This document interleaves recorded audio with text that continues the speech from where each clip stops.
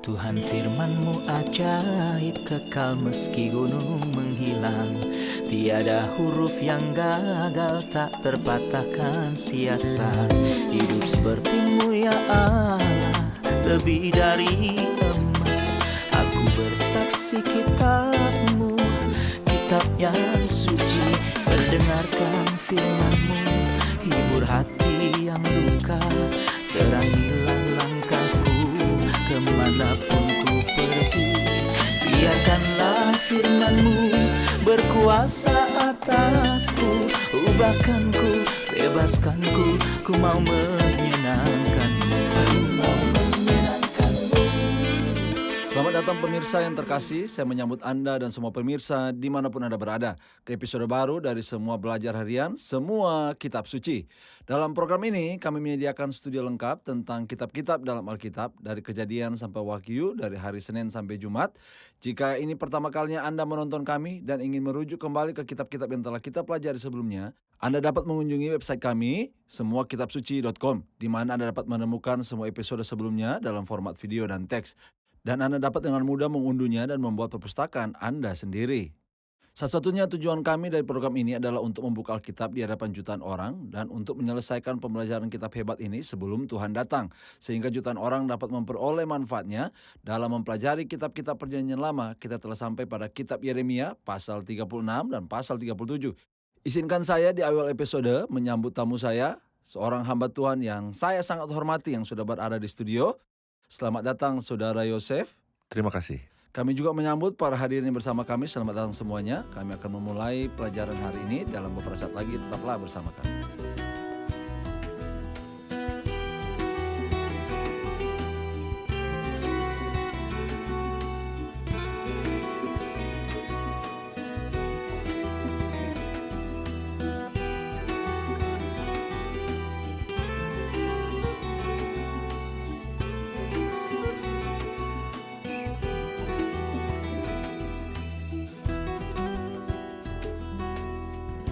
Kita sampai pada pasal 36 dan pasal 37 dari nubuatan Yeremia. Adakah tema besar yang menonjol dalam dua pasal ini? Apa yang ingin Anda ceritakan kepada kami tentang hal-hal ini? Nah, yang jelas pasal 36 ini menggambarkan tentang kejahatan besar yang dilakukan oleh seseorang yang pernah melakukan kejahatan, menindas dan menumpahkan darah orang yang tidak bersalah, yaitu Raja Yoyakim. Namun kali ini dia menghina Tuhan sendiri ketika dia memotong gulungan kitab Tuhan yang Yeremia tulis dan berikan untuk dibaca. Gulungan itu penuh dengan kesengsaraan yang akan menimpa orang-orang, dan karena dia tidak menyukainya, apa yang termasuk dalam gulungan itu, dia memutuskan untuk memotong gulungan itu dan melemparkannya ke dalam api seolah-olah tidak terjadi apa-apa. Hal ini mengingatkanku pada perkataan Imam Eli kepada anak-anaknya, jika seorang berdosa terhadap seorang yang lain, maka Allah yang akan mengadili. Tapi jika seorang berdosa terhadap Tuhan, siapakah yang menjadi perantara baginya? Jadi kali ini dia melakukan kejahatan besar yang menjadi pokok bahasan pasal 36.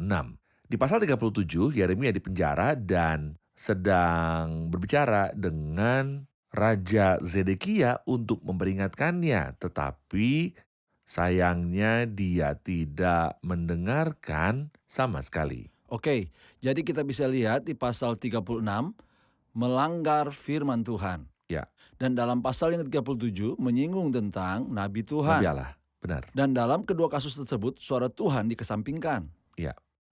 Dalam pasal 36, Alkitab berkata, dalam tahun yang keempat pemerintahan Yoyakim bin Yosia, Raja Yehuda, datanglah firman Tuhan. Ini dari Tuhan kepada Yeremia, bunyinya, ambillah kitab gulungan dan tulislah di dalamnya segala perkataan yang telah kufirmankan kepadamu mengenai Israel, Yehuda dan segala bangsa. Dari sejak aku berbicara kepadamu, yakni dari sejak zaman Yosia sampai waktu ini. Mungkin apabila kaum Yehuda mendengar tentang segala malapetaka yang aku rancangkan hendak mendatangkannya kepada mereka, maka mereka masing-masing akan bertobat dari tingkah langkahnya yang jahat itu, sehingga aku mengampuni kesalahan dan dosa mereka. Tujuan ditulisnya kata-kata tersebut dalam gulungan kitab adalah bahwa Tuhan ingin orang-orang mendengar dan kembali. Ceritakan tentang tujuan ini secara lebih rinci. Nah, peringatan Tuhan karena ada bahaya yang akan datang, dan karena dia mengasihi, dia peringatkan. Beberapa orang berpikir bahwa karena Allah mengasihi, dia seharusnya menghapus neraka sehingga neraka tidak ada lagi dan manusia tidak dapat hidup terpisah dari Allah dan melakukan apapun yang dia inginkan dari hal yang jahat, kenajisan, dan dosa-dosa. Tapi ini bukanlah Allah yang penuh kasih seperti yang digambarkan dalam Alkitab. Allah dalam Alkitab adalah kasih, tapi dia juga kudus. Dan kasihnya adalah kudus. Oleh Benar. karena itu, dia mengirimkan peringatan demi peringatan, tapi sayangnya manusia salah memahami masalah ini. Surat Roma pasal yang kedua mengatakan, maukah engkau menganggap sepi kekayaan, Kelapangan kemurahannya, hatinya. kesabarannya, dan tidakkah engkau tahu bahwa maksud kemurahan Allah ialah menuntun engkau kepada pertobatan? Inilah yang banyak orang tidak mengerti dan Yoyakim tidak mengerti. Saya ingin mengingatkan pemirsa bahwa kita telah membahas sebelumnya bahwa kitab Yeremia tidak selalu mengikuti urutan kronologis. Jadi setelah dia menyebutkan tahun ke-10 pemerintahan Zedekia dan penggabungan kota yang berakhir dengan dikalahkan dan direbut, dia kembali Ya. lagi ke zaman Yoyakim raja kedua, sedangkan Zedekia adalah raja keempat. Ia tidak bertindak secara berurutan, melainkan dengan pola moral. Dia ingin menunjukkan yang putih versus yang hitam, kesetiaan kaum Rehab versus pengkhianatan Yoyakim, seperti yang kita lihat dalam pasal ini. Oke, kalau begitu tujuan Tuhan adalah mencatat kata-kata ini pada gulungan kitab agar dapat dibacakan di hadapan orang banyak untuk mengajak mereka bertobat. Dan tentu saja kata-kata yang tertulis adalah kata-kata yang dinubuatkan Yeremia sejak zaman Yosia. Kita dapat menambahkan sesuatu yang penting untuk memahami hal ini. Mengapa Allah mengizinkan Alkitab ditulis? Untuk beberapa alasan. Pada mulanya kesaksian itu bersifat lisan. Dan Allah telah menguatkan kesaksian lisan ini dengan umur para bapak leluhur yang sangat panjang. Seperti kita temukan dalam Kejadian 5, usia mereka sekitar 100 tahun. Agar narasi tersampaikan tanpa adanya kesalahan. Namun setelah itu agar narasi tersampaikan tanpa adanya kesalahan. Namun setelah itu agar beritanya tersebar dan tidak Tertulis. dirusak. Tuhan bermaksud agar hal itu ditulis. Melalui kitab suci ini, berita dapat menyebar ke banyak tempat yang belum pernah dikunjungi oleh seorang nabi atau rasul pun, dan pada saat yang sama agar tetap selama puluhan, ratusan, dan ribuan tahun tanpa menambahkan, menghilangkan, ataupun mengubah. Oke, ketika Yeremia mulai menulis, dia berkata di ayat 4, jadi Yeremia memanggil Baruk bin Neria, lalu Baruk menuliskan dalam kitab gulungan itu langsung dari mulut Yeremia segala perkataan yang telah difirmankan Tuhan kepadanya. Pada suatu kali Yeremia memberi perintah kepada Baruk, aku ini berhalangan tidak dapat pergi ke rumah Tuhan. Jadi pada hari puasa engkaulah yang pergi membacakan perkataan-perkataan Tuhan kepada orang banyak di rumah Tuhan. Dari gulungan yang kau tuliskan langsung dari mulutku itu kepada segenap orang Yehuda yang datang dari kota-kotanya haruslah kau bacakan juga. Mungkin permohonan mereka sampai di hadapan Tuhan dan mereka masing-masing bertobat dari tingkah langkahnya yang jahat itu. Sebab besar murka dan kehangatan amarah yang diancamkan Tuhan kepada bangsa ini. Lalu Baruk bin Neria melakukan tepat seperti yang diperintahkan kepadanya oleh Nabi Yeremia untuk membacakan perkataan-perkataan Tuhan itu. Dari kitab itu di rumah Tuhan dia menulis melalui seorang bernama Baruk. Saya ingin mengetahui beberapa informasi tentang dia dan perannya bersama Yeremia dalam menulis kitab gulungan ini. Kita dapat menganggap Baruk sebagai sekretaris pribadi Yeremia. Misalnya kita membaca tentang dia di pasal 32 ketika Yeremia membeli ladang Anatot dari Hanameel, anak pamannya. Dia memberikan dokumen pembelian itu kepada Baruk. Dan kata Baruk berarti diberkati. Gambaran orang beriman yang saleh yang diberkati Tuhan. Dan dialah anak dari Neriah, yang artinya Tuhan adalah terangku. Faktanya sungguh menakjubkan bahwa seorang menikmati Tuhan adalah terangku dan menikmati berita Tuhan, yaitu firman Tuhan. Kita dapat menganggap Baruk seperti Timotius dan Paulus seperti yang Paulus percayakan kepada seorang muda Timotius dengan segala urusannya. Jadi Yeremia mempercayai Baruk terutama pada hari-hari terakhirnya ketika dia berada di penjara. Seperti yang dilakukan Paulus pada hari-hari terakhirnya di penjara, dia mengandalkan Timotius yang dia ucapkan dalam kata-kata terakhirnya. Berusahalah kemari sebelum musim dingin. Jelas Yeremia di penjara dan dirantai, tapi firman Tuhan tidak dirantai. Benar. Paulus juga dipenjarakan dan dirantai, namun firman itu ditulis dan disebarkan dan tidak dirantai. Ceritakan kepada saya tentang prinsip ini, firman Tuhan yang tidak dirantai. Baiklah, izinkan saya berbicara terlebih dahulu bahwa ada orang-orang saleh dan para nabi yang ditakdirkan untuk dipenjara. Di sini kita melihat Yeremia keluar dari satu penjara dan masuk ke penjara lainnya. Dan kita baca sebelumnya bahwa dia dipukul dan dimasukkan ke dalam pasung. Kemudian kita membaca bahwa dia dilempar ke dalam lubang yang tidak ada airnya, yang ada hanyalah lumpur. Dan Yeremia tenggelam ke dalam lumpur. Semua ini karena kesetiaannya. Dia tidak mengatakan kecuali firman Tuhan, tapi manusia tidak hanya mengabaikan firman Tuhan, tapi juga merugikan para nabi, seperti yang dikatakan Stefanus.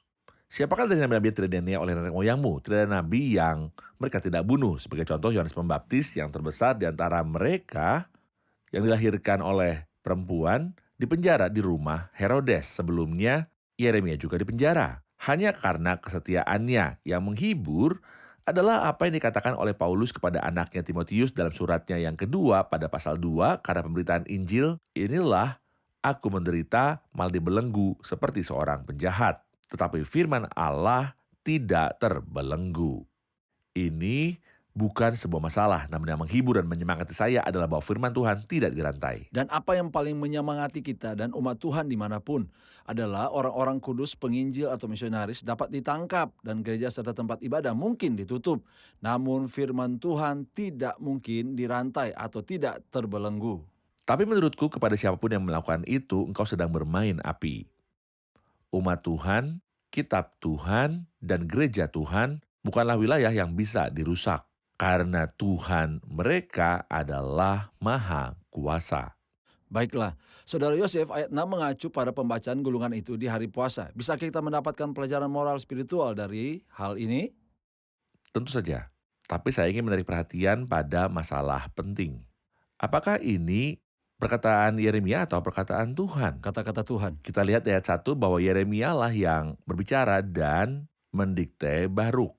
Namun di ayat 6, dia berkata, engkaulah yang pergi membacakan perkataan-perkataan Tuhan kepada orang banyak di rumah Tuhan dari gulungan yang kau tuliskan langsung dari mulutku itu. Jadi meskipun yang mengucapkan perkataan itu adalah Yeremia dan yang menulisnya adalah Baruk, namun firman ini setelah ditulis bukanlah perkataan Yeremia, bukan pula perkataan Baruk, melainkan firman Allah. Seperti yang Paulus katakan, tapi firman Allah tidak terbelenggu. Mengenai hari puasa dan rumah Tuhan, yang terbaik untuk dilakukan ketika kita dalam keadaan berpuasa dan khusyuk di hadapan Tuhan adalah mengetahui kejahatan kita dan berbalik dengan pertobatan dari dosa-dosa kita. Mengapa? Sebab Tuhan menghendaki jika mereka mau bertobat untuk berserah pada apa yang hendak dia lakukan, artinya Tuhan sudah siap, kalau boleh saya katakan dengan hormat, untuk menarik kembali kata-katanya jika orang mau bertobat. Inilah yang dikatakan dan dilakukan terhadap Niniwe. Misalnya ketika mereka bertobat, Tuhan menyesali bencana yang ingin dilakukan terhadap mereka. Namun di sini dia ingin melakukan hal ini terhadap Yehuda. Namun sayangnya rakyat, para pemimpin dan raja sama sekali tidak bersedia untuk bertobat. Oke, kita akan menyaksikan laporan lalu menerima pertanyaan dari hadirin. Allah memerintahkan Yeremia untuk menuliskan semua kata-kata yang dia sampaikan kepadanya di atas gulungan. Dan dengan demikian, Yeremia mendiktekan firman Tuhan kepada Baruk yang menuliskan semuanya. Kemudian Yeremia menyuruh Baruk untuk membawa gulungan itu ke rumah Tuhan dan membacakannya di hadapan semua orang. Adapun Raja Yoyakim, dia mengambil gulungan itu dan membakarnya tanpa mempedulikannya. Dia tidak menerimanya dan tidak percaya pada apa yang dikatakannya. Mengabaikan membaca Alkitab di zaman kita adalah seperti membakar gulungan oleh Yoyakim di zaman Nabi Yeremia.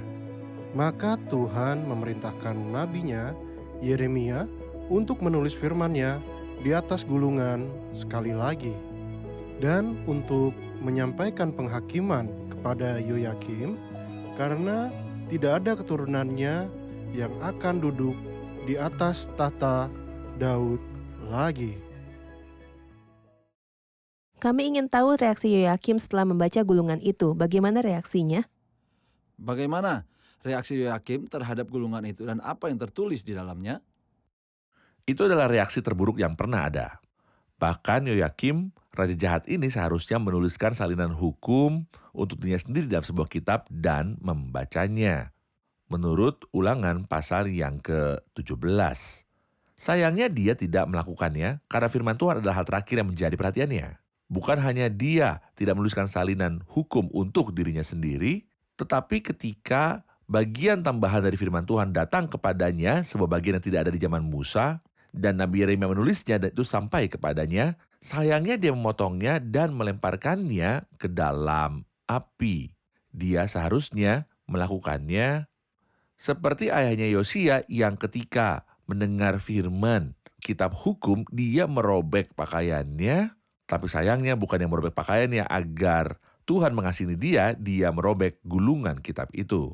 Bukan hanya dia memotong gulungan itu, tetapi Alkitab berkata di ayat 26, bahkan raja memerintahkan untuk menangkap juru tulis Baruk dan Nabi Yeremia. Dia memerintahkan untuk menangkap Nabi Yeremia bersama orang yang tidak melakukan apapun, tetapi menulis apa yang didiktekan kepadanya, apa yang ingin dia lakukan terhadap mereka. Alkitab tidak menyebutkannya, tapi kita pernah mengesampingkan bahwa dia bermaksud membunuh mereka. Seperti yang dilakukan Saul yang gila terhadap Daud, anak Isai, ketika dia ingin bunuhnya beberapa kali padahal dia adalah orang yang diurapi Tuhan. Begitu pula dengan pria jahat ini. Daripada bersikap rendah hati dan remuk di hadapan Tuhan agar Tuhan mengasihani dia, sayangnya dia membakar gulungan itu dan ingin membunuh orang yang menulis gulungan itu. Lihatlah apa yang Alkitab katakan di ayat 24 tentang dia ketika dia membakar gulungan kitab itu. Baik raja maupun para pegawainya yang mendengarkan segala perkataan ini, seorang pun tidak terkejut. Dan tidak mengoyakkan pakaiannya. Dan tidak mengoyakkan pakaiannya. Benar. Artinya ini adalah keadaan permusuhan yang ekstrim terhadap firman Tuhan. Ya. Selama berabad-abad Alkitab diserang. Dan Benar. ada sikap yang berbeda terhadap Alkitab. Ada orang yang menerima Alkitab dengan ucapan syukur sebagai firman Tuhan. Siapapun yang mendekati Alkitab dengan ucapan syukur akan membangun dirinya sendiri. Namun ada orang yang menghina Alkitab dan mengabaikan Alkitab dan mengucapkan kata-kata kasar terhadap Alkitab. Ya. Hal-hal buruk tentang Alkitab dan bahkan mungkin melakukan seperti yang dilakukan oleh Yoyakim. Ada orang masa kini yang membalik Alkitab di depan kamera televisi. Apa yang akan Anda katakan kepada mereka? Saya akan mengatakan apa yang disebutkan dalam kitab Amsal 13 ayat 13, siapa yang meremehkan firman, ia akan menanggung akibatnya. Yoyakim itu jahat, tapi menurutku, kejahatan terbesar yang pernah dia lakukan adalah yang disebutkan di pasal 36, dan itulah sebabnya pada saat kematiannya dia akan dikuburkan bersama penguburan itu. Dari keledai, dan itu sangat menjijikan. Siapa meremehkan firman, ia akan menanggung akibatnya. Namun menurut saya itu adalah orang-orang jahat yang membenci Alkitab, tidak hanya berasal dari luar agama Kristen, tetapi bahkan dari dalam agama Kristen. Ada seorang profesor teologi yang merobek Alkitab dan memotongnya, seperti dilakukan oleh Yoyakim di sini. Sejauh yang saya ingat, Aaron Said mengatakan hal yang baik. Para profesor teologi yang mencemooh kisah-kisah dalam Alkitab dan menganggap Abraham dan Yunus hanyalah mitos dan Yesaya yang punya karakter yang tidak diketahui, dan bahwa Daniel hanyalah seorang pemimpi akan berdiri di hadapan tahta putih yang besar. Mereka akan melihat dari jauh Abraham yang legendaris yang mereka olok-olok ceritanya, dan Yesaya yang tidak dikenal yang mereka sangkal nubuatannya. Dan Yunus yang mistis yang mereka tertawakan mendengar ceritanya, dan Daniel si pemimpi. Mereka akan berdiri di hadapan tahta putih yang besar dan akan dihakimi berdasarkan kitab-kitab yang menyatakan penghakiman mereka, tetapi mereka ditolak dan dipandang rendah. Oke, Saudara Yosef, apakah semuanya sudah selesai setelah gulungan itu dibakar? Artinya, apakah Tuhan menghentikan masalah ini ataukah dia bermaksud melakukan sesuatu yang lain? Faktanya ada kata-kata menakjubkan di akhir pasal ini. Dia mengatakan dalam ayat 30, sebab itu beginilah firman Tuhan tentang Yoyakim, Raja Yehuda. Ia tidak akan mempunyai keturunan yang akan duduk di atas tahta Daud, dan mayatnya akan tercampak sehingga kena panas di waktu siang dan kena dingin di waktu malam. Dan menurut saya ini adalah hal yang mengerikan bagi orang-orang Yahudi. Dan bahkan sampai saat ini tidak menguburkan jenazah dianggap sebagai bentuk penghinaan terhadap orang tersebut. Aku akan menghukum dia, keturunannya dan hamba-hambanya karena kesalahan mereka. Aku mendatangkan atas mereka atas segala penduduk Yerusalem dan atas orang Yehuda segenap malapetaka yang kuancamkan kepada mereka yang mereka tidak mau mendengarnya. Tapi setelah itu kita membaca bahwa Yeremia menulis semua perkataan dalam kitab yang telah dibakar oleh Yoyakim, Raja Yehuda dalam api, dan banyak pernyataan seperti itu ditambahkan ke dalamnya. Mengapa ditambahkan? Karena ada dosa yang pertama dan ketika dia memotong dan membakar gulungan kitab itu, dia menambah dosanya. Begitu banyak pernyataan seperti itu yang ditambahkan ke dalamnya. Halilintar kita pada Roma 2 ayat yang kelima. Engkau menimbun murka atas dirimu sendiri pada hari waktu di mana murka dan hukuman Allah yang adil akan dinyatakan. Oke, kita lihat di awal pasal 37 bahwa Yeremia ada di penjara, namun juga di ayat 15 Yeremia ditangkap dan dimasukkan ke dalam penjara. Dari penjara ke penjara. Katakan padaku saudara Yosef, mengapa dia di penjara di awal pasal dan mengapa dia di penjara juga di pertengahan pasal dalam khusus bagian ini. Pria hebat ini sangat berani, meskipun dia tahu bahwa ketika dia akan mengucapkan kata-kata kebenaran, dia tidak akan diterima dan dia akan menderita. Namun dia tetap melakukannya. Dia mengingat kita pada Yohanes Pembaptis yang mengatakan kepada Herodes bahwa tidak halal baginya untuk memiliki Herodias, istri saudaranya Filipus. Sayangnya Herodes bukannya mengindahkan, dia menambahkan kejahatannya sehingga dia menjebloskan Yohanes ke penjara. Di sini Yeremia berulang kali dimasukkan ke dalam penjara dan dia tahu bahwa yang membuatnya di penjara adalah dia mengatakan kebenaran. Banyak orang saleh menolak bahwa mereka mengabaikan hati nurani mereka, bahkan jika hal ini akan membawa mereka pada penderitaan dan kesulitan. Orang saleh selalu menderita di dalam penjara. Benar. Siapapun yang ingin berdiri di pihak Tuhan harus menghadapi penderitaan dan pemenjaraan atau bahkan akhir hidupnya di bumi. Ya, Baiklah, jika berkenan kita akan menerima pertanyaan dari hadirin. Saudara, ayat dalam surat 37 ayat 3 kita menemukan Raja Zedekia berkata, "Berdoalah hendaknya untuk kami kepada Tuhan Allah kita."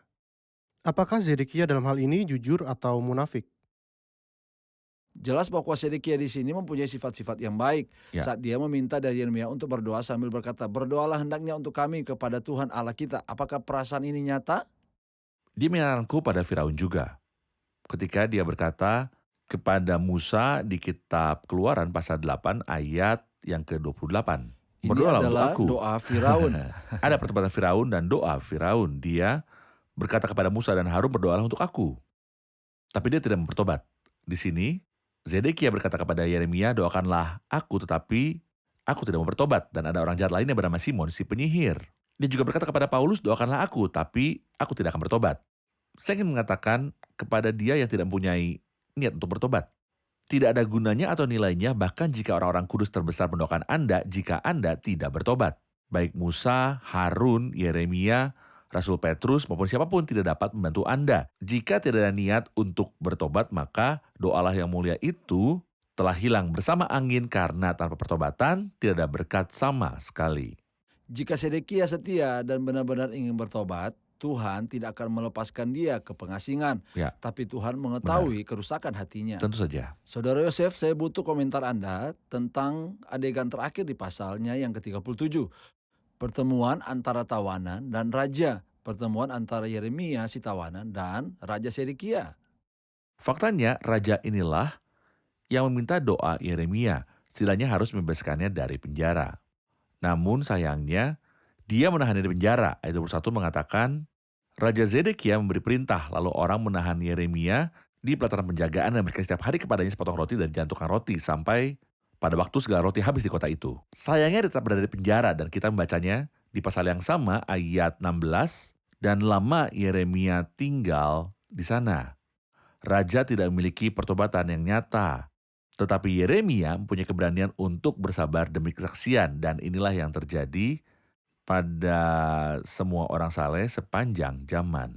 Oke, Zedekia yang naik takhta tidak lebih baik daripada Yeremia ketika dia di penjara karena kebahagiaan, kenyamanan, dan Sebaliknya. kedamaian hanya berkaitan dengan kepuasan antara dia dan Tuhannya. Benar. Oke, Saudara Yusuf, kita Tuhan akan berkati. menemukan episode ini bersama dengan para hadirin.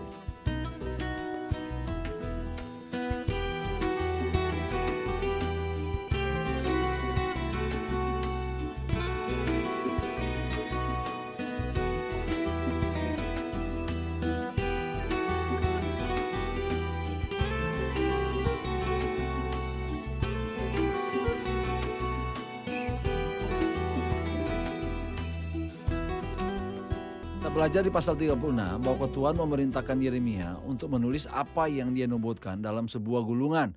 Dan kita belajar di episode ini bahwa inspirasi harus ditulis, tidak hanya disampaikan secara lisan. Menurut saudara, apa tujuan Tuhan dalam menulis Alkitab atau inspirasi yang disebut dengan tertulis?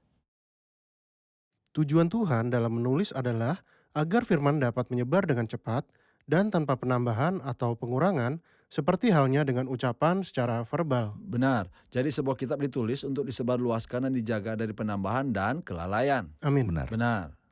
Tuhan bermaksud agar apa yang dinubuatkan Yeremia akan ditulis dalam sebuah gulungan dan untuk disampaikan dan dibaca baik di hadapan raja atau di hadapan rakyat. Mengapa Tuhan bermaksud agar apa yang dinubuatkan Yeremia akan ditulis dalam sebuah kitab? Tuhan bermaksud memperingatkan umatnya dan menyerukan mereka untuk kembali dengan pertobatan. Namun sayangnya mereka bereaksi sebaliknya. Benar. Benar. Dan tentu saja sikap mereka terhadap gulungan yang tertulis itu menunjukkan juga sikap mereka terhadap kitab undang-undang, yaitu penolakan. Raja Yoyakim mempunyai sikap yang sangat bermusuhan terhadap kitab ini. Jadi dia melakukan tindakan yang aneh. Apa yang dia lakukan? Setelah ia mendengar kata-katanya, ia memotong gulungan itu dan melemparkannya ke dalam perapian yang Dia menyala-nyala. melemparkannya ke dalam api dan membakarnya. Benar. Tidak hanya Yoyakim, namun seiring berjalannya waktu, sikap orang terhadap Alkitab berbeda-beda. Adakah yang bisa memberitahu kita tentang sikap ini? Ada orang yang meremehkan firman Tuhan dan membakarnya, dan ada orang yang menghargai firman Tuhan, merobek pakaiannya dan bertobat. Alkitab berkata siapa yang meremehkan firman akan menanggung akibatnya. Bagaimana Saudara Yosef? Benar. Benar. Terima kasih Terima Tuhan. kasih Tuhan memberkati. Terima kasih Saudara Yosef. Tuhan Sama-sama. memberkati. Pemirsa yang terkasih, kita telah belajar dalam episode hari ini bahwa firman Tuhan telah dituliskan dan tidak akan pernah berubah. Ada berbagai pendapat dan sikap terhadap firman Tuhan. Ada yang orang bertobat, mengungkapkan keadaan mereka dan tidak hanya merobek pakaian mereka, tetapi juga hati mereka di hadapan firman Tuhan. Tetapi ada juga orang-orang yang bersikap bermusuhan terhadap Alkitab sampai dengan hari ini. Ada orang yang mengabaikan Alkitab, ada yang lain menghina Alkitab. Ada orang yang menuduh Alkitab telah dipalsukan dan tidak memberi bukti bagaimana itu dipalsukan. Datanglah dengan tidak memihak di hadapan Alkitab, ungkapkan kondisi Anda di hadapan Tuhan dan terimalah firman Tuhan dengan hormat dan katakan kepadanya, aku ingin engkau mengungkapkanku, jika aku memiliki cacat, sembuhkanlah aku. Saya yakin sepenuhnya bahwa Alkitab mengungkapkan cacatmu itu akan memberikanmu penyembuhan dalam Kristus dan karya Kristus. Sampai jumpa di episode mendatang dan semoga Tuhan menyertai setiap kita.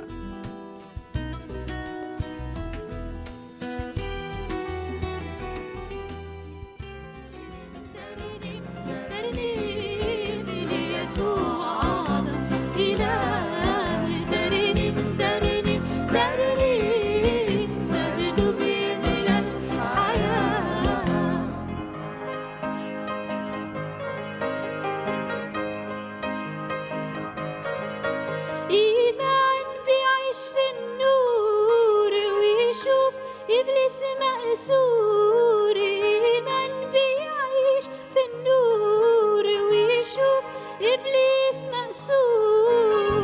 والشعب صبح منصور وبيعلن مجد الله. ترنم ترنم ترنيم ليسوع أعظم إله. ترنم ترنم ترنيم مجد بيملى الحياة. ترنم ترنم ترنيم ليسوع أعظم إله. ترنم ترنم ترنيم مجد بيملى. Tuhan firman-Mu ajaib, kekal meski gunung menghilang. Tiada huruf yang gagal, tak terpatahkan siasat. Hidup seperti-Mu ya Allah, lebih dari emas. Aku bersaksi kitab-Mu, kitab yang suci. Mendengarkan firman-Mu, hibur hati yang duka. Terangilah langkahku kemanapun ku pergi. Biarkanlah firman-Mu berkuasa atasku. Ubahkanku, bebaskanku, ku mau menyenangkan-Mu. Tuhan firman-Mu ajaib, ubah dan bebaskan aku.